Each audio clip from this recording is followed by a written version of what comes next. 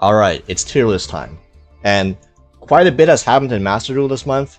You know, first we got a new selection pack that features some new decks and some new cards, namely the Mulch Armies. And, in case you missed it, we just got a new BANLIST announcement. This is a big BANLIST change. One among other things, Maxi going from 3 to 2. So we're definitely going to take those into account when doing this tier list right now. And you see, I'm trying to cover a lot of decks here. Again, I think there's like well over 40 decks here, so this might take a hot minute. But as always, if there's a deck in here that I didn't cover in this video, feel free to let me know in the comments and we can talk about it in the comments later. But yeah, first, let's discuss some of the new decks that came this month. Namely, Ashen. You know, what a way to start a video. Ashen, more like ass hind. Am I right, MBT? Yeah, this deck, if you don't know what this deck does, I don't blame you, because, you know, it could very well be in the case that you played against this deck a few times and they managed to do absolutely nothing, because that's what the deck kind of does. And yeah, apparently the goal of this deck is the high end board that this deck can make is to give your opponent a field spell and then summon Vados, this monster here, to your opponent's field, and then you get the torrential your opponent. So your entire end board of your deck is a torrential tribute. So one trap trick accomplishes as much as the entire Ashen engine. Yeah, and you know, Vados is a cool card. I think probably the most utility, the best thing this deck or any Ashen card can do is actually using the Vados itself as a hand trap against field spells, because this is one of the few ways that you can interact with field spells such as Rage Soft or the Gimmick Puppet field spell, where they don't, you know, you can't ogre them on activation. However, you can Vados them on activation to pop their field spell so they don't get the search, and it, you know, it pops it so the Gimmick Puppet field spell isn't on the field to, you know, continue making their opponent's monsters unaffected. Is that worth playing this just for that interaction? I'm absolutely not. I've proven in the TCG, nobody plays Vados as a hand trap just for specific field spells, even when Gimmick Puppet was unhit and played. So yeah, you could make an argument that over the past year there's been a few meme and just terrible archetype and terrible decks that have been introduced into the game. You could argue that Vados is among the bottom 3 of the new decks introduced. This, along with Pistina, aka Pistina, and the new Gen X support, which is basically amounts to the new Gen X Link 1. Now, you can make an argument for either 3 of those decks being the worst decks to come out in the past year. Personally, I would say maybe Gen X is the best out of those 3, which is saying something, because, you know, Gen X dies to like a stiff breeze, not even a stiff breeze. It dies to like you fucking blow, you accidentally blow on it or you breathe on it wrong, and then Gen X dies. But if you're asleep at the wheel, like if you just don't do anything, like you fall asleep on your computer screen or on your keyboard and you don't actually interact with Gen X, they could do something, which is, I guess, more than can be said for Pistina and Ashen. But yeah, that's yeah, I don't. This deck is also expensive to make, so I don't really recommend this unless you really like the artwork. That's probably the only reason why you would probably ever consider playing this deck. Unfortunately, this isn't going to be the only deck in this tier, Table 500. But just keep in mind, I'm putting decks in here because it's the lowest tier. But any other deck that I put in here is like at least twice, if not 10 times better than Ashen. Still, even if they're still in the same tier, this should be like in a tier of its own, like below. This is gonna be at the bottom, Table 500. Honestly, it should be at like Table 1000 or something, and it might even be a tier in its own in terms of how low it is. But yeah, the other new deck that came out from the selection pack, which is Drytron. This is the new Drytron Searcher, and this deck is actually a Compton deck. So, in case you're wondering what the new Drytron cards do, basically it locks you out of making any rituals that aren't machine-based. So it locks. There's no more Herald stuff. You don't have to worry about Herald of Ultimateness and Herald of Perfection, all that stuff like negate. Instead, I mean, this doesn't. Don't get it twisted though. This doesn't make the deck that much more fun to play against. Like, instead of using Omni Negates from Heralds, you're just using generic extra deck stuff now instead. So instead of having a Herald, you might have like an IP Masquerena, you might have the Drytron Exceeds, which by the way, new Mu Beta Fafner is a spell negate in case you didn't know that. Also, their new boss monster is 2 times monster negate that can be refreshed with Dino Mundo, so you can get up to 4 monster negates as well. You're making an oppressive board still, and also this deck can still play Vanity Ruler in case you that's still in the that hasn't changed. This deck can still play Vanity Ruler. Granted, Vanity Ruler is not the main play; it's more of a line into Maxi, where if you Maxi or you Mulcharmy Drytron, then they go Vanity Rulers as a plan B. It's not really part of the end board unless they get a super high roll hand, which sometimes can happen. So yeah, this is Drytron is a competent deck now. It gained 3 very good starters, and the deck is more consistent now. The only thing is that and it has all the also Herald of the Orange Knight came back to 3, which I'm not even sure all Drytron builds run it, but it's definitely I think most should, because Herald of the Orange Knight, on top of just being a very strong hand trap in a deck that can sometimes struggle to go second, it's also anti-Maxi, anti-Mulcharmy in a deck that does also play into Maxi and specifically Fuwa Loss quite a bit. So yeah, and obviously it's not the perfect deck. Unlike a lot of other decks here, the present in the top tiers, Drytron is not a 1-card combo deck. It requires multiple cards to combo off, and as such, it also does not have as much room for hand traps as a lot of other decks and non-engine. And as I mentioned, it's pretty rough into Maxi and Fuwa Loss. It's not the worst.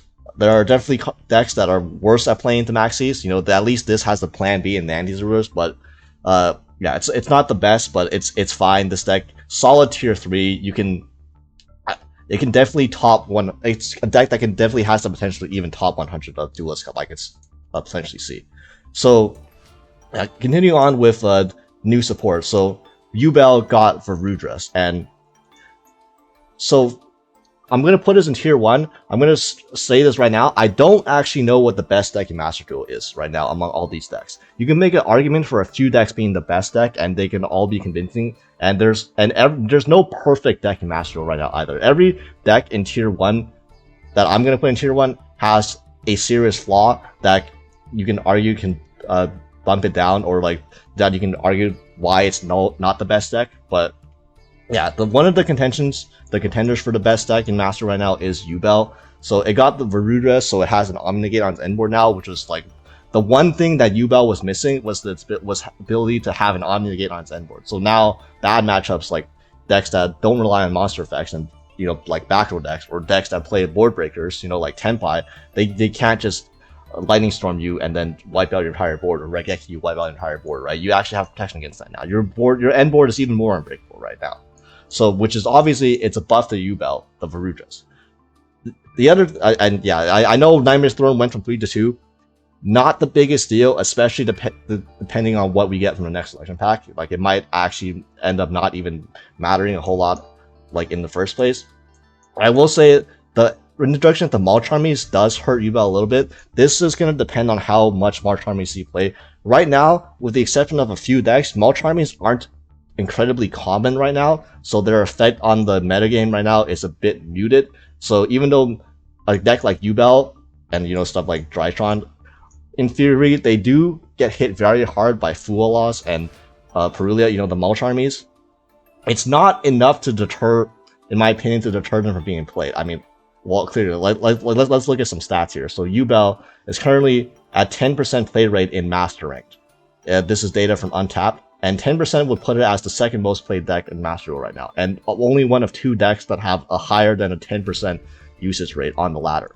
So clearly, the Mulcharmies hasn't hurt the existence of Mulcharmies has not hurt Yubel too much. So yeah, it's definitely a contender for tier 1, and will likely be in the future. The next deck you can argue is the best deck is Chandra. Okay. Chandra, Tenpai, okay? I actually almost wanted to put Tenpai above Yubel, and again, you could make an argument either way.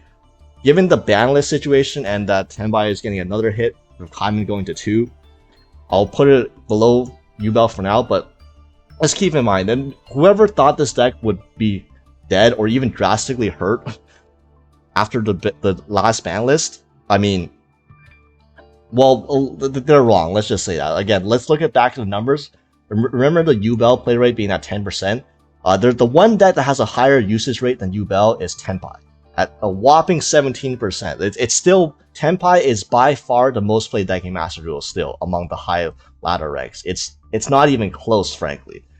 And yeah, this deck is still disgusting because, you know, aside from the, you know, the Sang suddenly went to 1, the Chandra went to 1, the Kaiman's going to 2, but there's 30 other cards in the deck. And when you're playing 30 non-engine, your opponent's not really doing shit most of the time either. And that's a formula in a best of 1, which clearly works. Also, you can make an argument that Tenpai even got stronger given the selection fact because of the Mulch Armies. Most decks do not play the Mulch Armies because they're dead cards going first. Tenpai being the only deck in the game, or being the best deck in the game that only blinds second, means that it doesn't have the downsides of the Mulch Army. So it can run six Perulia Fulalas and not worry about them being dead.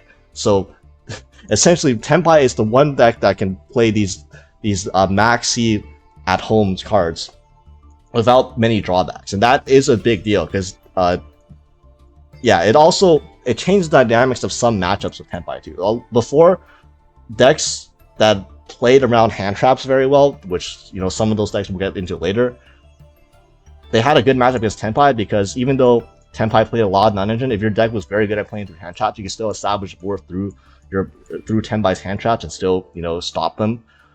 With the Mulch Armies introduced into the equation, that's no longer the case because now these decks that are good at playing through hand traps are often not very good at playing through the Mulch Armies. So yeah, the fact that there's 6 more super impactful hand traps, even against Tenpai's worst matchups, going first now, yeah, it flips the dynamics of a lot of Tenpai's bad match into being even matchups now, or even arguably Tenpai favorites. So this deck is still here. Anyone that's played the ladder this month knows that Tenpai is still a big deal, and yeah, it's one of the contenders for still being the best deck in the game among all of the current decks right now. So yeah, next, Branded. So Branded, among the new balance, among the changes such as Maxi going from 3 to 2, we got a lot of Branded unhits. We got Aliber going to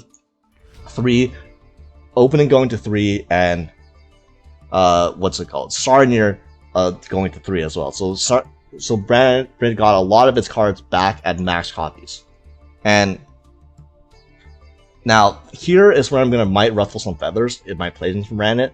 So I'm not placing Branded here. You can make an argument that obviously Branded is tier 1, but I'm more comfortable placing Branded at the top of tier 2. So yeah, that also Branded got some new marginal support from the new selection pack. You know, the Chaos, the new Dragon Fusion monsters such as Chaos Star Source and the Light and Darkness Dragon, which isn't played in all the builds. It's an option, but it's not a mandatory thing. It's not like it changes the viability of Branded or anything. It's just another thing you can play in Branded. But yeah, why am I saying playing this at tier 2? So there's been a lot of buzz on Branded being one of the best decks in Master Duel, mainly because of the Master Duel meta tier list. Okay, so in the Master Duel meta tier list, we have Branded in tier 1. So the issue I have with people referencing the Master Duel meta tier list for Branded is because this is not measuring the ladder or what happens on rank. This is measuring community tournaments. So one is the sample size is a lot lower from community tournaments than ranked. The other thing is that these community tournaments, they have different rule sets from ladder. Okay, oftentimes these tournaments are best of 3 with or without sighting, and there's scouting allowed, which notably scouting is a reason why Tenpai doesn't do as well in these community tournaments, is because if you can see that a lot of these tournaments are being streamed, so if you can see that your opponent is playing Tenpai, then you have an advantage in making your opponent forcing your Tenpai opponent to go first. So it's kind of a weird dynamic there. I don't know how they would fix it in the future, but it's measuring a completely different meta from the ranked ladder. And to illustrate this point, let's go back to the untapped numbers, okay? So Branded is one of the 10 most played decks in Master. Okay, right now we're just this untapped data is we're showing the top 10 most played decks on the Master Duel ladder for Master rank. And Branded, you notice where Branded is? Branded is all the way down here. Among the top 10 played decks in Master Duel, Branded has the lowest win rate of the 10 most played decks. In fact, you can see it's the only one with a sub 50% win rate, which is this is not measuring community tournaments, which means that this is not measuring what happens on in the Master Duel meta tier list. This is measuring what happens on the ladder itself, which Branded is a lot less successful on. So I'm not saying I'm not saying that this is necessarily correct or anything. That I think Branded is a bit better than being like the worst of the 10 most played decks in Master Duel, but I don't think it's on the same level as a deck like Tenpai is right now, as ladder wise. Granted, with the unlimits and from the ban list, you can make an argument that Branded does get better, and you can make an argument that Branded is tier 1, and I wouldn't it wouldn't be the worst argument in the world. Like I could be convinced. Right now, I'm just putting it here as a preliminary, as like a sort of taking the middle approach, like the midpoint between the Master Duel meta tier list and the untapped ranked ladder data. Okay, so top of tier 2 for now, and Dragon Link. So Dragon Link is, I'll put it in tier 3. So Dragon Link, it got one thing back from the ban list, that it was starting near to 3. So that was basically it. It's not as big of a deal as the Branded unhits. So I'm just keeping it in tier 3 for now. Dragon Link is almost basically at full power right now. The only thing it's missing is Chaos River, which is probably never coming back. But other than that, all of its main deck cards are basically at max copies now. Chaos Space is back at 3, Wyra Burster is back at 3, Quick Launch is back at 3, Saronir is back at 3. It's like the main deck is almost identical to what it was when it first got hit, when Dragon Link was like the best deck in the game last year. But yeah, again, a lot of Dragon Link's viability depends on how good Bystios are in the format. Bystios are good against Branded, and if you accept Branded to see an uptake in play, then Dragon Link gets better. But as you'll see among the other tier 1 decks that we'll get to later, Bystios aren't the best right now against the top decks that are in tier 1, for example, especially stuff like Tenpai. It's not really great against Tenpai. It's the most played deck in the game. But that could change with new selection pack based on what comes in the new selection pack. But we'll have to wait until then to actually see. And then Dragoon. But why is Dragoon here? Okay, so first of all, I'm putting Dragoon here. I don't think any deck that's tier 3 or higher should be playing Dragoon. Dragoon is reserved for rogue decks and worse. And notably, Dragoon got worse in Master Duel. It's because Secret Village got banned, which is like the only time Dragoon is actually scary on ranked ladder is when your opponent has a Secret Village next to it. So without that, this is just an Omni Indicate with like 4k attack that, if you make a monster that has more than 4k attack, you can just run it over. Also, Celestial came back, so now there's a real debate between what's actually better between Destiny Hero, Phoenix Enforcer, and Dragoon. Frankly, I don't think either of them are really worth playing, but, the Destiny Hero package is a lot better than the Dragoon package. Celestial is a Pot of Greed, and Fusion Destiny is an extender that you can play the turn that you draw it. Whereas you compare it out to Dragoon, the 2 cards you play for Dragoon, the 2 bricks, are just complete vanillas. They're useless in hand. And Red Eye's Fusion is a Garnet, where if you draw it, you can't even use it. You can't send it off Verte, but you also don't want to play it because then you can't do anything else that turn. So this card is not... any deck tier 3 or higher, I don't think it's going to play either Dragoon or DPE for that matter. But yeah, there's only a few niche decks I think where Dragoon actually does belong in, and those are the decks that can make Dragoon without playing any of the bricks. So those are decks like Shining Sarcophagus and, I want to say Dark Magician, even though Dark Magician itself is a brick, and Dark Magician is not really the best card you want to see, but that's just the nature of Dark Magician. And stuff like White Forest builds that want to use 3 extra deck slots to make a Dragoon instead. At least that's better than running the 3 bricks. But yeah, other than decks like that, I think you should avoid this card for the most part. So Another deck. So another tier 1 deck I feel is Fire King Snake Eyes. So unlike the other tier 1 decks, Fire King Snake Eyes didn't actually get a hit on the ban list, which was surprising. You know, I guess it's flown under the radar a bit, but yeah, this is just a solid deck. It hasn't gone. I don't think it's gotten any worse, for that matter, in the meta since the last Duelist Cup, and it did okay at the last Duelist Cup. It was like the 5th or 6th most placements in the top 100. Unfortunately, I couldn't help with those numbers because I kind of fucking bubbled out of the top 100 playing Fire King. But yeah, this deck is solid. It's a deck that's, again, it's not the worst in the Malcharmies, but it doesn't appreciate the Malcharmies. But it will be a bigger deal if Malcharmies are actually being played by more than just Tenpai, which is kind of the case right now. So the effect of Malcharmies in the meta has been a bit muted. So Fire King Snake Eyes doesn't suffer that much from, you know, the Perulias and Fualosses being played or being legal.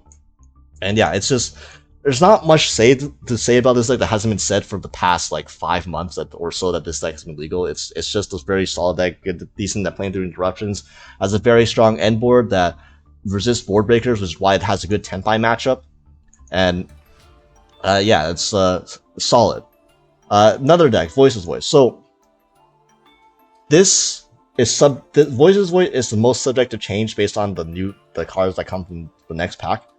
In its current state right now, I would actually want to put Voice's Voice in tier 1.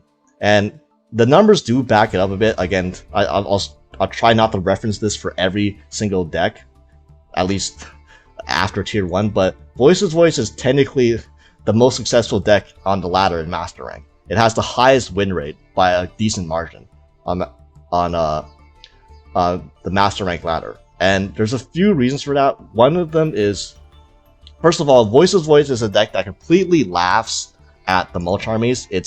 It's comical how little the Malcharmies actually do to Voice's Voice. The Voice's Voice can do its entire end board, you know, 3 rituals, Pendulum Graph, Seravis, Skull Guardian, Low, all three Voice's Voice spell and trap cards. And you know how many cards your opponent draws from Fugalas? 0. They draw 0 cards during your entire Voice's Voice combo. They're actually holding the Fugalas in hand, like, because it's a dead card. It's doing jack shit for them. So, yeah, the Voice's Voice is still one of the best decks at going first in that case, because hand traps, you really can't hand trap Voice's Voice very well, so it's almost always gets to its end board going first. And you know, when you can guarantee a high win rate going first, you know, that's half the battle in a best of 1 format like Master Duel. And being one of the few decks that has one of the best Tenpai matchups in the game, when Tenpai is still the most played deck, and unlike the other decks what I mentioned that get hurt by the addition of Tenpai running the Malcharmies, Voice's Voice does not care about the Malcharmies at all. So the fact that Tenpai is running more Malcharmies actually makes them worse against a deck like Voice's Voice, because you're running less useful non-engine versus the Voice's Voice matchup. Just funny. And yeah, obviously this has problems going second. It's not. I don't think this is the best deck in the. Even though the numbers say it is, I don't think it's necessarily the best deck in the meta, but it's definitely a tier 1 deck if you just go based on the results in the ladder alone. And then another deck, so Ritual Beast. This might be controversial to the few Ritual Beast players left, which frankly is not that many. I don't know what happened to this deck. Okay, this deck got 0 hits.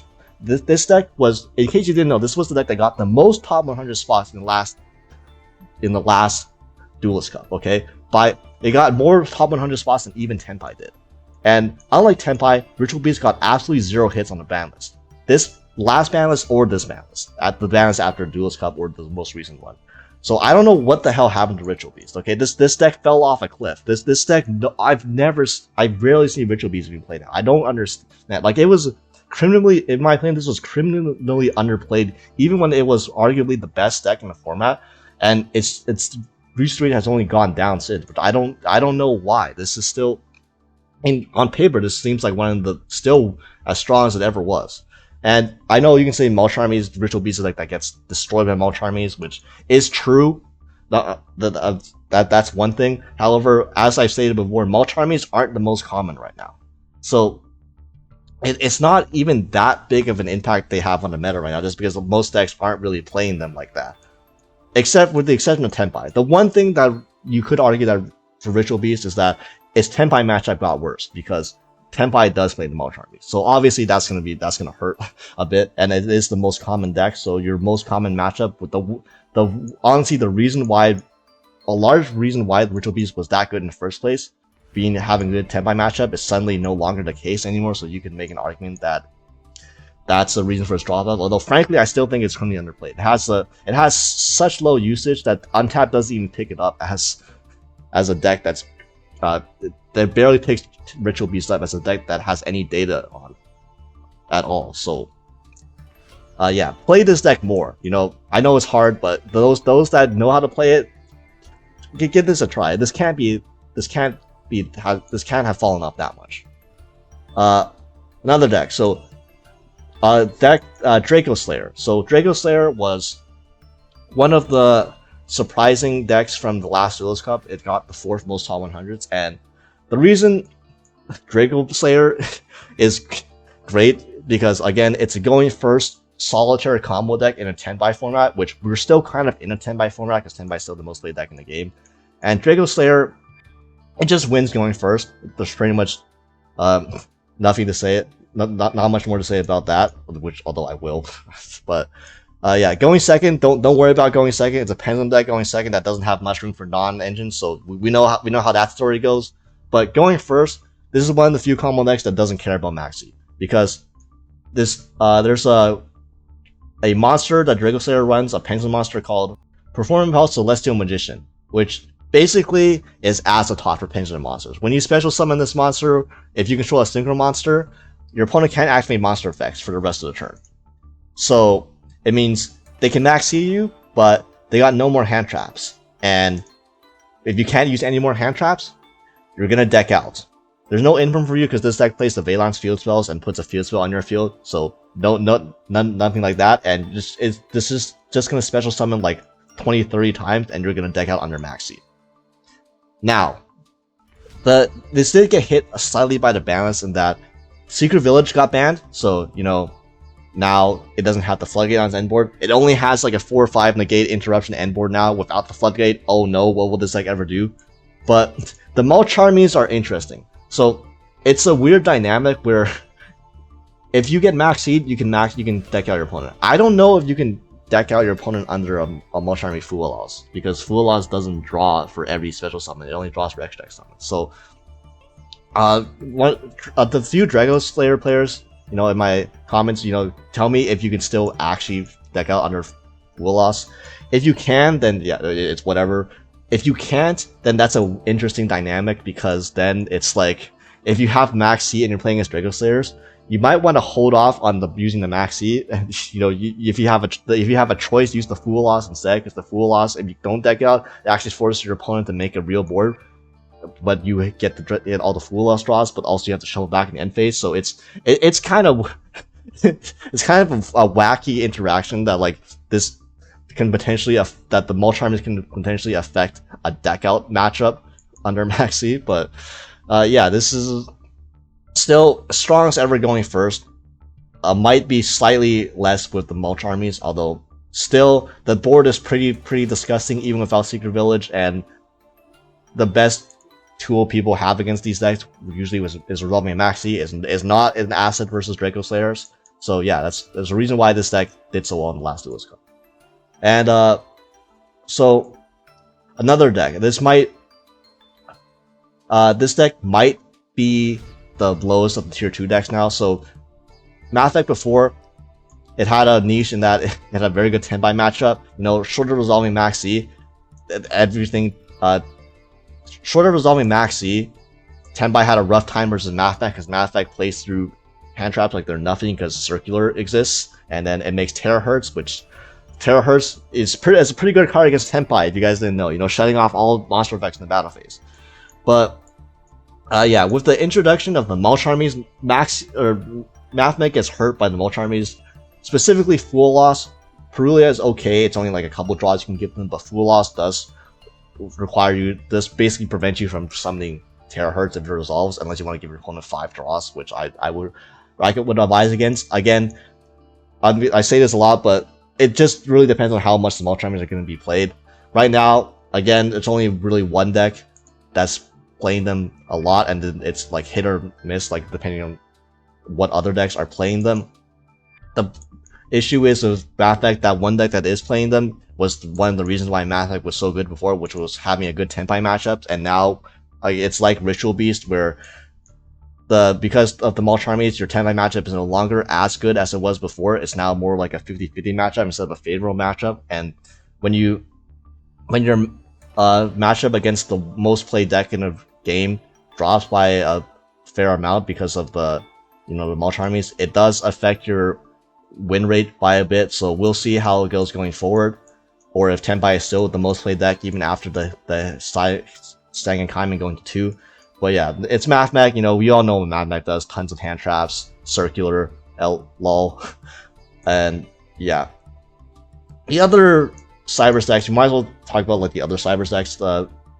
Adagnister, low-key, Adagnister kind of got hurt by the mulch armies because way more than Mathmech does, because unlike Mathmech, where Mathmech can at least end on a super factorial if it gets hit by a mulch army, Adagnister gets absolutely destroyed by both Perulia and Fulalosk. So you know what the field spell does for Adagnister, right? It literally lets you special summon multiple monsters from hand, which is not very great when you're under Perulia. And the turn 1 column for Adagnister uses 13 cards in the extra deck. So just count how many draws that is for your opponent. So yeah, neither of those scenarios are really ideal. So yeah, this Adagnister fares way worse against the mulch armies than Mathmech does. So which is why another reason why I think it dropped a bit more on a tier list. And also, the advantages that Adagnister has over Mathmech, which is like more starters, being able to play through more hand traps, it's still applies, but it does not apply to the mulch armies, because as per the aforementioned reasons, how Adagnister operates, you're giving your opponent infinite draws with regardless, and you can't really end on anything without giving your opponent infinite draws. So yeah, that's Adagnister. And then Marincess, honestly, Marincess is kind of just probably bottom of row right now. It was fun, interesting. It got the Aqua Angel from the last pack, so it got some consistency. This deck is consistent. It can run a lot of hand traps. It just doesn't really do enough in this format. You're ending on 2 interruptions for your combo. You suck versus mulch armies as well. The meta hasn't gotten any better versus you. Yubel has gotten better. Yubel is not a great matchup for Marincess, and it's just yeah, make a 4300 towers under make it 4300 towers with a field spell, and see what happens when Yubel plays against a monster with 4300 attack, right? So yeah, it's unfortunate. This might be the last time you see this in Rogue, but I'll just keep it in here for now for my own sake, I guess. And Salamangreat. So Salamangreat also gets, all of these decks get destroyed by the Charmies. There's just no two ways to put about it. Mathmech is the one deck that has at least a line into at least Perulia. These other Cyber decks aren't even that good into Perulia. So it's kind of a shame. The best thing that these decks can hope for is that the mulch armies continue to not see as much play as they are right now. Because if Maxi gets hit and the mulch armies replace copies of Maxi, then it doesn't get much better for these Cyber decks, unfortunately.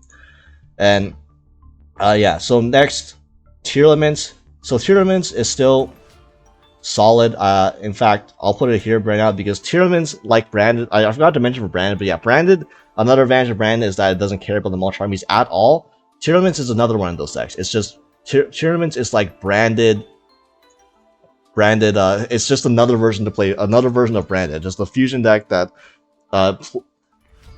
has resilient to the mulch armies. And nothing really much has changed for Tearlaments either. It didn't gain or lose anything from the BANLIST or anything. It's just as good as it was before. So, and yeah, I'm strictly speaking though, this is the 40 card build. Again, if we're talking about the 60 card piles, we'll discuss them right after. But those decks got a bit more hits than just the normal standard 40 card list did. But yeah, it's just solid. It's we all know what tier does by now, and yeah. Speaking of this, I guess we can do the 60 card builds right now. So the 60 card builds, they did run Secret Village the Spellcaster. If you were wondering what I was referring to, the 60 card terrorist builds, and yeah, you lost one more End War piece. There is now another, with the introduction of the White Forest cards. There's another abomination of a 60 card tier element pile where that's White Forest tier elements, white tiers as the kids say these days, and I don't think that's particularly that great. I'm gonna be honest. It's not. It's a deck that like feels kind of meh into the mulch armies. Like this deck can, again, 60 card tier builds could potentially deck you out under Maxi. There's no chance in hell you're decking an opponent out under Paparulia or a Fuala, so you're just giving your opponent free draws off of those cards. And it has other issues in that it's a 60 card build that has tons of bricks and not enough room for non-engines. So going second, it's a nightmare, especially when you're relying on cards like Horus, which are notoriously not good at going second, trade very badly into interruption. It's yeah, in my opinion, if you're playing tier, I still think that the 40 card tier builds now are still gonna be your best options instead of like the super terrorist builds. But like these are still fine if you want to play them, you want to have fun. If you just want to commit war crimes on your opponent, this is an option that still exists. It's just you're not going to flood your opponent with a Secret Village at the end of it. At the end of it, too now. And yeah, next, Labyrinth. So Labyrinth is a deck that theoretically got a lot better with the changes. So the mulch armies, right? Labyrinth does not care about the mulch armies. In fact, Labyrinth can run the mulch armies themselves with the furniture because they're free discards. The thing about Labyrinth is that Labyrinth has just flopped the past few months. Even with the hype with the simultaneous equation cannons and Trap Lab having a good 10 by match and all that stuff, Lab did not do very well in the Duelist Cup at all. It caught like as many top 100 slots. It barely got more top 100 slots than Salad did in the last Duelist Cup. It's one thing that I guess people realized was that even though it has a good 10 by matchup, theoretically, as long as you don't get hit by as long as like a lightning storm or heavy storm doesn't resolve against you, having a good 10 by matchup is not enough, because that was only 20% of your matchups. The other 80% of your matchups, when you're playing a deck like Trap Lab, going second is so hard because you're not playing any non-end. You don't even have Maxi. At least other decks that suck going second, decks like Ritual Beast and like Draco Slayer, at least they have the crutch of sometimes you resolve Maxi going second, and that's enough to win. The Trap Labyrinth doesn't even run Maxi. It doesn't even have that. It's like you're going second against all of these top decks right now. It's just so bad. You got like Omnigate, you got Fire King, which Fire King is just a terrible matchup for Lab in all situations. Now for Viva has Veruja, so that matchup is bad now. Going second versus Brandon and Tier is not great. So like obviously in Mathmex, Super Factorio, your back row, like it's yeah. I feel like Trap Labyrinth, the heavy 30 plus trap card builds are gonna see a decrease in popularity from now on, especially with the introduction of the mulch armies. Because now, one of the advantages I suppose is that again, Lab with the furnitures can discard dead mulch armies going first. Although it's a bit weird because the furnitures are still at 2, even though Brandon got a lot of cards back at 3. Don't know what the deal with that is. Don't think furnitures need to really stay at 2, but since they are, it's sometimes you'll draw the mulch armies without the furniture still, and like you'll have to like normal summon your Ariana, and then you like lose to an imperm, and you still have the dead mulch army in hand. It's like weird. I don't think they're universally running the mulch army still, even though I think among a lot of decks, among all the decks here, I think Labyrinth is one of the decks that's more suited to playing the mulch armies than most of these other ones, with the exception of like something like Tenpai. But we'll just see. The meta is not great for Labyrinth still, because like a lot of the top decks, that's like like Fire King, Snake Eyes, like Branded, are just not fantastic matchup for Labyrinth. Even though Labyrinth can definitely win, resolving simultaneous equation cannon against Fire King is good. Resolving D-Bear is obviously good against the decks D-Bear is good against, but if you don't manage to, then the matchup's not great, especially if you go second. So I'll put it in near the top of tier 3 for now, but it has to show me more if I want to move it up, in my opinion. And yeah, now, oh boy, let's get to some floodgates. So, N-Pen. This was like the last BANLIST, but like after Duelist Cup, N-Pen went to 3, so there's that. Other than that, this deck's still kind of inconsistent. You know, having 3 N-Pen does not increase the consistency of the deck, so you're gonna brick just as often as you did before. It's just when you don't brick now, your end more are actually kind of oppressive now. Having double N-Pen setups, now you can end on 2 flu spell traps, so you can end on the field spell plus the trap card. So it's actually kind of hard to break, and the shifter still as good as ever, although it's limited, so it's like and again, you don't really care about the Mush Army, so that's a decent thing. I don't know if Flu should run Fool Loss or anything, but in theory, Fool Loss is a winged beast, so you can use it. You can't tribute Fool Loss for stuff like Swallow's Cowrie and the Advent Adventure, you know, the Flu quick play spells. Technically, you could view that as consistency, although that's not. I don't think you would prefer you would prefer not to tribute Fool Loss. You would prefer to tribute your actual Flu cards over Fool Loss anyway. So it's not like that's a very good application for them going first. So I don't think Flu usually runs them still, but yeah, it got buffed. So yeah, Kashira is, man, this deck is. How many stars does this deck have now? It has 2 Unicorn, 1 No Prosperity, 1 Shifter, 1 Gamma, which it doesn't even run anymore. Like this, man, this deck is like as bad, as inconsistent as it Flew now. Except it's played a lot worse than the hand traps. Well, I don't want to say it plays worse than the hand traps. It plays just as badly just because you don't have very much engine in the first place. So, and you know, Flu doesn't care about Maxi or Mulch Armies, whereas Kashira at least gives your opponent some draws under Maxi, so it's, yeah, I'm not really a big fan of this deck anymore. It's like, this deck relies on going first and drawing floodgates to win right now. It's rely on the Cashier engine. It's too consistent. It's not enough. It's not enough just to play pure cash, in my opinion. And White Forest. So White Forest, this deck has been a bit disappointing. I'm not gonna lie. So the thing is that it just plays so badly in the hand traps, and hand traps are still very prevalent.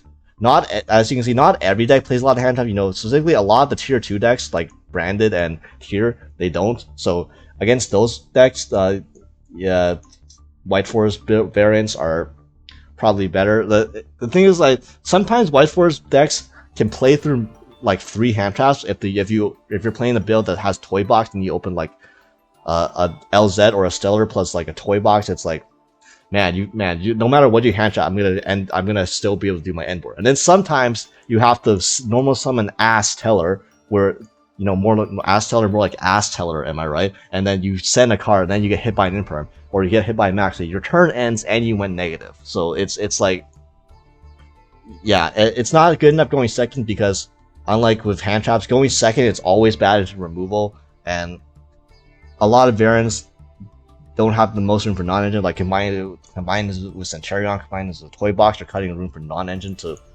play this deck. It didn't perform very well in the last Duelist Cup. It's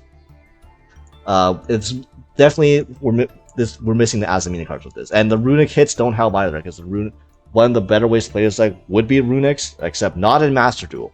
You know, speaking of runics, I'm still gonna put this here because the runic it's like the runic hits are pretty brutal in Master Duel. So yeah, and then stun runic is also not the best version of stun. I'll say it right now, like stun, normal stun is better than runic stun.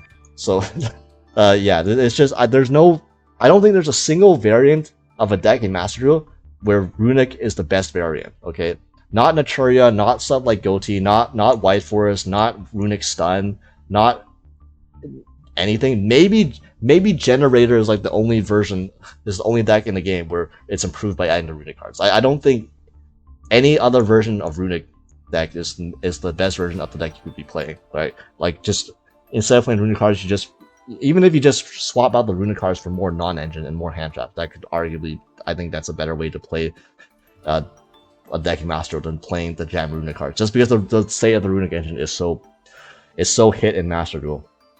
And yeah, next we have the Melodious card. So let's go over the Melodious card. I should have probably brought this up with Draco Slayer, because Draco Slayer, one of the reasons why Draco Slayer is so strong is because of the Melodious cards, and Draco Slayer is, I think, definitely the best deck that plays in the Melodious engine. But we can cover, I guess, the other few decks that would play the Melodious engine. So one of them is Pure Melodious, and Pure Melodious, actually, it got a lot better this format. So, you know, I'm inclined to put it actually here, since the main thing is that it didn't get a lot better per se, but it got something. It got Orange Light to 3. So that is a big deal, because Orange Light, this is the hand trap deck, this is the non-engine deck, and having Orange Light is the most impactful hand trap you can run. So, you know, obviously that helps with a deck that can run 15 plus hand traps. You know, that depends on non-engine. Also, it's an anti-fool, it's anti-mulch-harming, anti-maxi, which is a big deal. So you have more, just like Drytron, potentially you have more outs to maxi than most other decks do. So that is a boon. Actually, now that I'm thinking about it, Drytron plays a lot of machines now and a lot less fairies. So maybe Drytron doesn't actually run Orange Light. So if that's the case, then Melodious is the deck that benefits from the Orange Light going to 3 the most. So there. Other decks that play the Melodious engine, so one of them is Supreme King, but the Supreme King Pendulum deck. So again, Pendulum decks benefit from the Melodious engine quite a lot, because it gets you scales, you know, it gets you a Vortex Dragon before even normal summoning. So yeah, it's pretty neat. This deck is not as great as Draco Slayer, because unlike Draco Slayer, this deck doesn't really deck you out under Max D. This deck just makes an actual end board instead. So in that respect, it's not as degenerate of a Pendulum combo deck as Draco Slayer is. The Supreme King relies more on just making a board, and it also, I think, gets affected more by the banning of Secret Village, because I think its end boards are overall a bit weaker than Draco Slayer's. So, you know, losing the end board piece and losing the Floodgate makes the Supreme King end board a bit weaker than Draco Slayer's. But yeah, it's still solid. Unlike Draco Slayer's, this deck has room to run non-engine and has room to run hand traps. So it's not as hopeless going second. But yeah, it's Supreme King, and you know, the Melodious package is still at full power. I don't think they're gonna hit the Melodious cards, obviously. So yeah, it's perpetually going to be a very decent deck as long as they can play the Melodious cards, in my opinion. And speaking of Melodious cards, so Snake Eyes, pure Snake Eyes. This is the non-Fire King variant. Okay, so this is probably the last time Snake Eyes will run Melodious cards in it ever, you know, based on the next selection pack. But yeah, the Melodious cards give Snake Eyes a few more starters. It gives that consistency, because without the Fire King cards, this deck has no starters at all. It has 0 starters. And the ways people have been addressing pure, like, non-Fire King Snake Eyes consistency.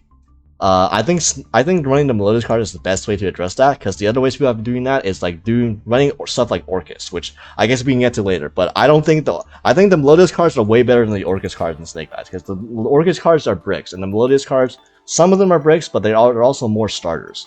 And yeah, they also add more to the end board, because like the Orcus, it gets you like one interruption, like one negate or one ding, like one field spell, which you might not even run the field spell because you're playing Snake Eyes, and you need a field spell slot of your own for the temples. So yeah, this deck will probably not see much play after this month, you know, if we get anything from the selection pack, because this deck is dying to run another sub engine in it. But yeah, if you want to play Melodious Snake Eyes now, still for some reason, you can play it now before you replace the Melodious cards with what comes in the next pack. And speaking of Orcus, so man, like, again, I want to point out that all of these cards are put in table 500, they're in the same tier as Vados, but they're probably like 10 times better than actual Ashen is. But this is just the bottom. It's where I put them. But yeah, Orcus. So Orcus right now, without the new support, it's so mid right now, like every variant of Orcus. The best version of Orcus are the ones that play the least amount of Orcus cards. Like, that should tell you something. Like, the best variants of Orcus are the ones that play the Snake Eyes cards and the Cashiera cards. Because the best way to play this deck is to like play Mermaid Turbo. That way you don't have to rely on drawing Orcus cards, because the Orcus cards tend to not be great. And also, if you're just doing pure Orcus, you don't end on like many interruptions at all. You're ending on like you're ending on a Babel with like Dingirsu in the graveyard with some IP, or you're ending on an IP with like a crescendo set. So you have like 2 interruptions. That's like not anything, and it also still gets hit by hand traps. And it's like, and the amount of bricks, man, you gotta run more bricks in Orcus than you gotta run for the Dragoon pack. And the Dragoon pack, it's already not, in my opinion, worth running. But yeah, basically, I think you're making a Snake Eyes deck worse by playing Orcus cards, in my opinion. I think there's better ways to play the Snake Eyes cards than to play the Orcus cards. But that is the best. But the Snake Eyes is the best way to play the Orcus cards. So, yeah. Then we have Lightsworn. So Lightsworn, it's, yeah. I know people have PTSD from the event, but outside of the event, Lightsworn is like, I think Lightsworn is not the best FTK deck anymore. The snow hit to 1 actually made a difference, because Lightsworn FTK depended on milling snow. So yeah, this deck, I don't think it did very well in the Duelist Cup at all. So, and it's like probably the worst way to play tier, in my opinion, outside of like the pure 40 card builds and the 60 card terrorist builds with like the horror stuff. I think the Lightsworn FTK is the worst one of the tier variants. Now, it's not hopeless. If we get Fiendsmith cards later in the next month, then there's actually potentially something interesting you can do with the Lightsworn cards specifically. But we'll cross that bridge when we get there. Right now, it's not in my opinion, really great deck this format. The Gimmick Puppet, I think if you want to play an FTK deck, I think honestly Gimmick Puppet is the better FTK deck. And that's not necessarily to say that Gimmick Puppet is like necessarily a more consistent FTK, although in my opinion I think it is. And unlike Lightsworn, Gimmick Puppet has a lot of protection for its FTK. It has the field spell, it has targeting protection, it has what's it called? Your opponent can interact with. It can't respond to your Gimmick Puppet cards with Terror Baby, so it has stuff like that. It's also, in my opinion, has more going second, because this deck has room to run non-engine. It can run either hand traps, or you can run board breakers like Thrust and Talons and stuff like that. Which also, by the way, if you play Thrust, you can use Thrust going first, because you always give your opponent a card during your combo. So you can, if your opponent hand traps you, you can use Thrust to actually search for a spell that you can activate that turn. So it's something like a Tactics or a Condolence Puppet. But yeah, this deck is just more flexible as an FTK deck than the Lightsworn, which is like a weird thing to say about an FTK deck. But yeah, this deck is more resilient just because of its non-engine space and the fact that it has more protection for its FTK. But yeah, other than that, it's still not like it's kind of fragile sometimes, but also it doesn't. Unlike a lot of other combo decks, you don't care about the mulch armies that much if you're just going to FTK your opponent. So, cool. You can draw all those cards, but if you don't draw hand traps with them, then that doesn't matter. And you're probably replacing hand traps to run the mulch armies in the first place. So it's not like you're increasing the chances of drawing outs to the Gimmick Puppet to stop yourself from getting FTK in the first place. But yeah. Next we have Rescue Ace. So Rescue Ace, unfortunately, I'm still putting it down here because, again, the one thing about Rescue Ace is that it has a bad Tenpai matchup. Okay, that's the biggest thing with Rescue Ace. Yeah, I think Rescue Ace is great. It's like a good deck against almost everything else, with maybe exception of like Labyrinth. But Tenpai is just not. It's so bad. Even with Sang and Summoning going from 2 to 1, it does matter, because now one of the worst things in the world was playing Rescue Ace, setting your entire end board and your opponent activating, staying, and summoning, and then literally every single one of your interruptions is dead. All your back row is dead. You know, all my friends are dead, cut my life to pieces, all that stuff. With second something going to 1, that's going to happen less, but Tenpai still runs board breakers, so they can just draw the Lightning Storm and draw the Heavy Storm or draw the Duster instead, and it's still not great. So, yeah, this might change based on what comes in the new pack. Again, this is one of the decks that's set to improve with new cards coming out, but as of right now, it's not. It's still. Again, just don't play against Tenpai. If you don't play against Tenpai, I think Rescue Ace is a fine deck. It's just when you play against Tenpai, it doesn't feel great. And next we have let's just do the plants. So these decks have always been here. So Isoda, like the warrior combo piles and the plant combo piles. Again, these are like lesser versions of Draco Slayer in that they're also auto win cards. They're auto win combo decks going first. That's kind of struggle going second, but you know, just win going first. Forehead. The difference is that Draco Slayer beats Max C and these decks don't. So that's like a big thing. That's the big reason. But yeah, other than that, these decks, they haven't been hit. And you know, these decks don't depend on stuff like Secret Village, so you know, their end board is still just as degenerate and still just as strong as they were before. So yeah, the Mulch Armies also hurt. Although, in my opinion, okay, maybe Plants is different, but when you're playing Warrior like Isolda combo and you get Mulch Army, Fool Lost, I think you just continue going. You just go for it. Like, unless they draw into Maxi with the Fool Lost. That's obviously bad.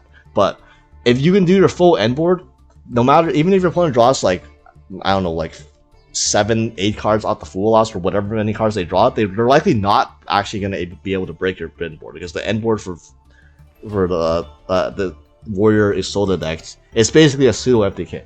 Now, the only issue is if they draw into more hand traps, so that might be a thing. But again, that's mainly a Tenpai matchup thing. So Tenpai is the only deck that really runs the Mulch Armies plus a large number of actual other hand traps.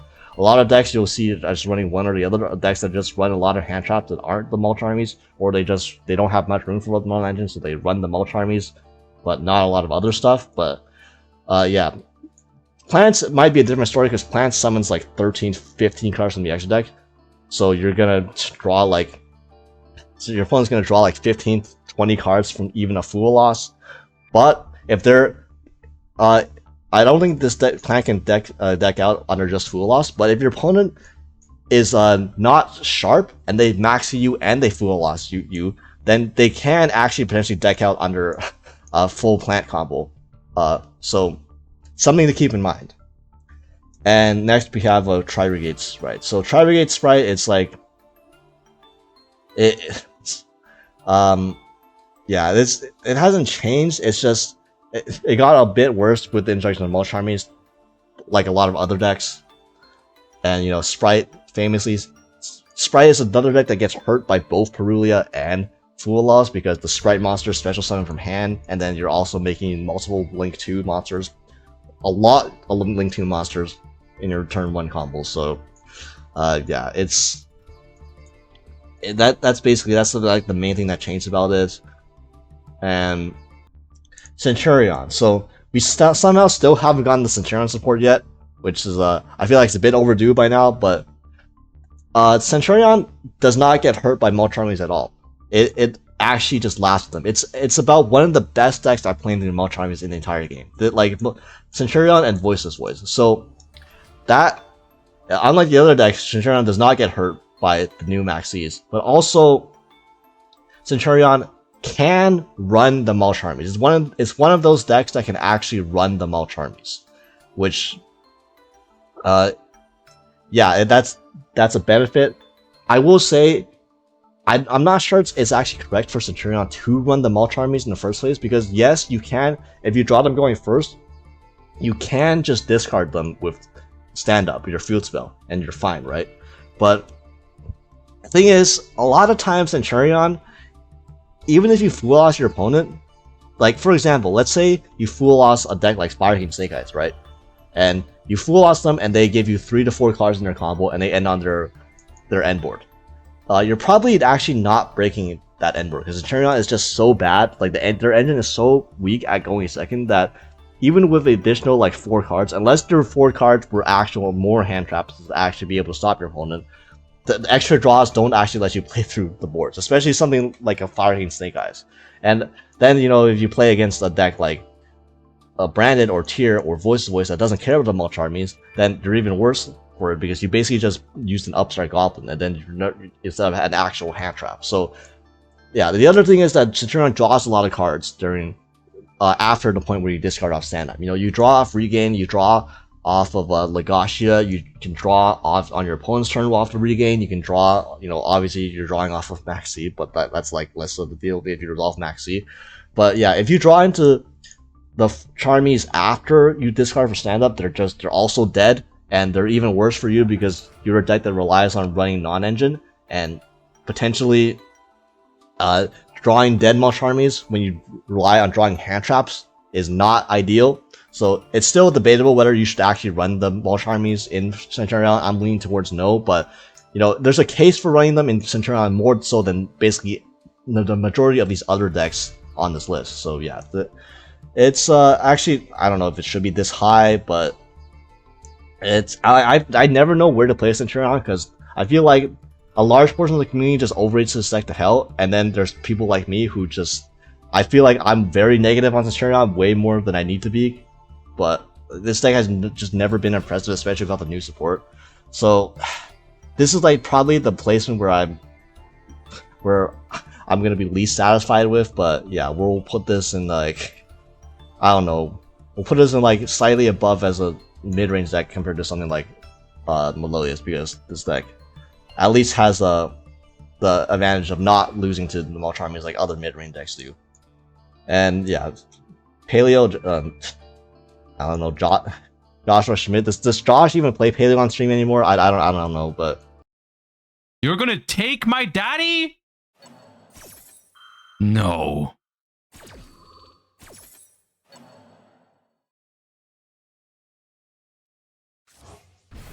That's messed up. That's so messed up, dude.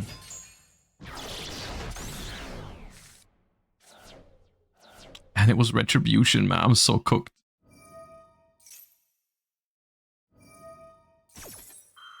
Yeah, that's, I don't know why I may even have this on the list still. I'm just putting Paleos down here all the time. But yeah, and then Masterpiece, True Draco is not good. It's not like the real problem with True Draco has always been the floodgates, 1, and 2, the draw spells. So the thing is, the floodgates in Master Duel are, you know, Summon Limit, yet another floodgate to be banned, and yeah, that's anti-spell. Also, I don't even think True Draco runs anti-spell, to be honest, but you know, that is another floodgate that got hit. And the draw cards, Card of the Mice is banned in Master Duel, so that's a huge deal. Pot of Desires is also limited, which is also a huge deal. Those are your best card, in my opinion. Those are the best cards in True Draco, not Masterpiece, but Card of the Mice, Pot of Desires, and Floodgates. And all 3 of those cards are severely hit in Master Duel, which is why this deck is not that great. Now, Chimera is actually very good. So Chimera is a solid deck. It's a deck that plays against the mulch armies better than most decks. So yeah, there's that. It actually plays through most hand traps pretty well. And the only thing is that sometimes it doesn't have the most room for non-engine, so sometimes it can struggle going second. But you know, that might change, given, again, I'm teasing the new pack a lot, because we don't know exactly what's coming in the new pack, but there's a potential where if Fiendsmith comes, this is one of those decks that benefits the most from that. But we're not discussing that in the scope of this tier now. But yes, Chimera is just a solid deck. Very hard to stop going first, and at least going second, it's not as bad as some other decks. It does have things, you know, it does threaten Guardian Chimera and stuff like that. You know, the Patchwork Engine and Guardian Chimera, if you can get it, if you can submit going second, is actually a pretty, it's a pretty big swing if you can get it to resolve.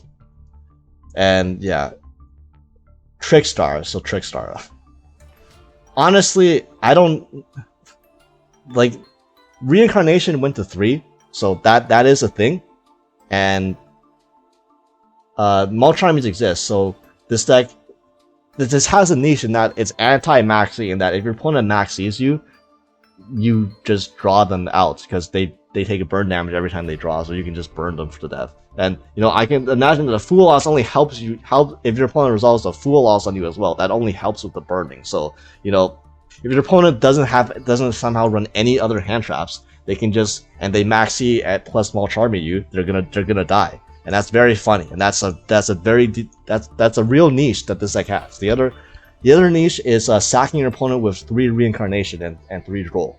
So yeah, I don't think this deck is particularly that threatening outside of those 2 specific scenarios, but those happen a non-zero amount of times. So yeah, I can't say that they happen to me, but I've seen them happen to other people on stream. So yeah. And then Pearly, so I think Pearly is hella good right now. Like, I don't, is this just me? It's probably just me, because nobody else is playing this deck. This deck has virtually no play rate on the Master Duel ladder, but again, this deck, along with stuff like Voiceless Voice and Centurion, this is among the best decks that's playing through the mulch armies. It just doesn't care at all. The mulch armies and Maxi too. Maxi, this deck does not give a fuck about Maxi, and again, I feel like its end board is not power creepable, because its end board is just drawing 6 cards during your opponent's standby phase and drawing into Maxi. So like, I suppose that's a slight hit because Maxi went from 3 to 2, so you're not guaranteed to draw it on your opponent's standby phase anymore. But I mean, yeah, this deck's great. This deck can also run the mulch armies itself, because it can just discard, if it's dead, if it's going first, you just discard them for your quick play spells, and going second, this deck actually takes advantage, unlike a deck like Centurion, you know, that can potentially struggle breaking boards, even if your opponent gives you multiple draws off of the mulch armies. Pearly can take advantage of the extra cards, because it just, every extra card you have just gives you another activation of a quick play spell, so you just have infinite extenders to play into your opponent's board with. And this deck is very scary going second with stuff like Exploited Happiness, just threatening an OTK or threatening an entire Zeus board wipe and having like a 6 Imperial Zeus on top of it at the end. Like that, this deck is very good at going second too, as long as it gets to play. So, and yeah, the mulch armies should theoretically let this deck play more going second too, and it's again very good against. It's hard to stop going first usually with hand traps, because this deck has lots of extenders and it has street to play around stuff like Imperm. It's, yeah, in theory this deck sounds very good. I just don't have, there's no data on this, so I can't definitively say that this is as good as I think it is. But I think it's still, I think it's personally very decent. And Mikanko. So Mikanko, again, this is not the blind second Mikanko. Blind second Mikanko, as far as I'm concerned, is a dead deck in Master Duel. It's if this was just blind second, it would be down here. But I'm putting this higher up just because it's slight. Again, it's slightly worse Isolde. It's the Isolde Warrior Turbo, except you're playing 60 cards, so you're losing more to Maxi, but you're playing Mikanko cards and stuff like that. So, yeah, that's in my opinion the best way to play Mikanko right now. Just blind seconding now, when in a format where Tenpai exists, it just doesn't feel it just doesn't feel it, which is why Shy Striker is also like until Tenpai, the usage rate falls down dramatically, until Tenpai is no longer the definitively most played deck in the game. I don't think a blind second deck like Striker unfortunately really has a spot in this meta. If that ever happens though, and you know, there isn't another super common blind second deck, then maybe you can see Striker making a comeback. But as of right now, this isn't the format for it, and it might not be the format for it in the foreseeable future either. Yeah, it's Super Heavy Samurai. This is so this is not I'm not talking about pure Super Heavy Samurai. I don't think pure Super Heavy Samurai still has enough consistency to actually be workable as a deck. But this is an engine that's played in other decks. This is an engine that's seen play in Isolde decks. It's seen play in Pendulum decks. Okay, as a supplemental engine, which in fact should probably mean I should probably put it here, because honestly, the Drago Slayer decks were playing the Super Heavy Samurai cards. So yeah, the Super Heavy Samurai cards, Wakaushi is still fucking ridiculous. It's still a 1-card starter that makes a combo into anything. So, and that is like a large reason why Draco Slayer is so good. You know, Draco Slayer, it's not just Draco Slayer cards by itself. It's Draco Slayer in combination with Melodious cards plus Super Heavy Samurai cards that make Draco Slayer so good. So, Super Heavy Samurai as a supplemental engine is still viable. You can put running the Centurion as well, and like stuff like that. It's just, as a deck by itself, I don't think it has enough. There's enough cards. There's enough Super Heavy Samurai cards legal for the deck for a pure Super Heavy Samurai variant. But as a supplemental engine, yeah. And then Moye. If my girl, so this is probably the last time I'm gonna put Moye here because if you didn't know, the code, the new player code is gone now. You can no longer get a free Sword Soul deck, so it means they're rotating this out for a new deck. So yeah, if this deck is no longer just a free deck, I don't think it's worth really talking about that much anymore because this deck is so power crept right now. It has the only time people have legitimately, the only time I've seen this deck being played was in the 30-second event because Chi Shao Baron Pass takes less than 30 seconds to complete. That's the only time I've seen this deck at all in like 2024 and 2025. So yeah, that should tell you about how, you know, the state of this deck in Master Duel. But yeah, we'll see what the new player deck is in the future. And this is my way too long discussion on the current best decks in Master Duel. So again, if there's a deck here that I didn't go over, let me know in the comments. And if there's something that you vehemently disagree with, again, let me know in the comments. We can discuss in the comments too. But yeah, thank you for watching.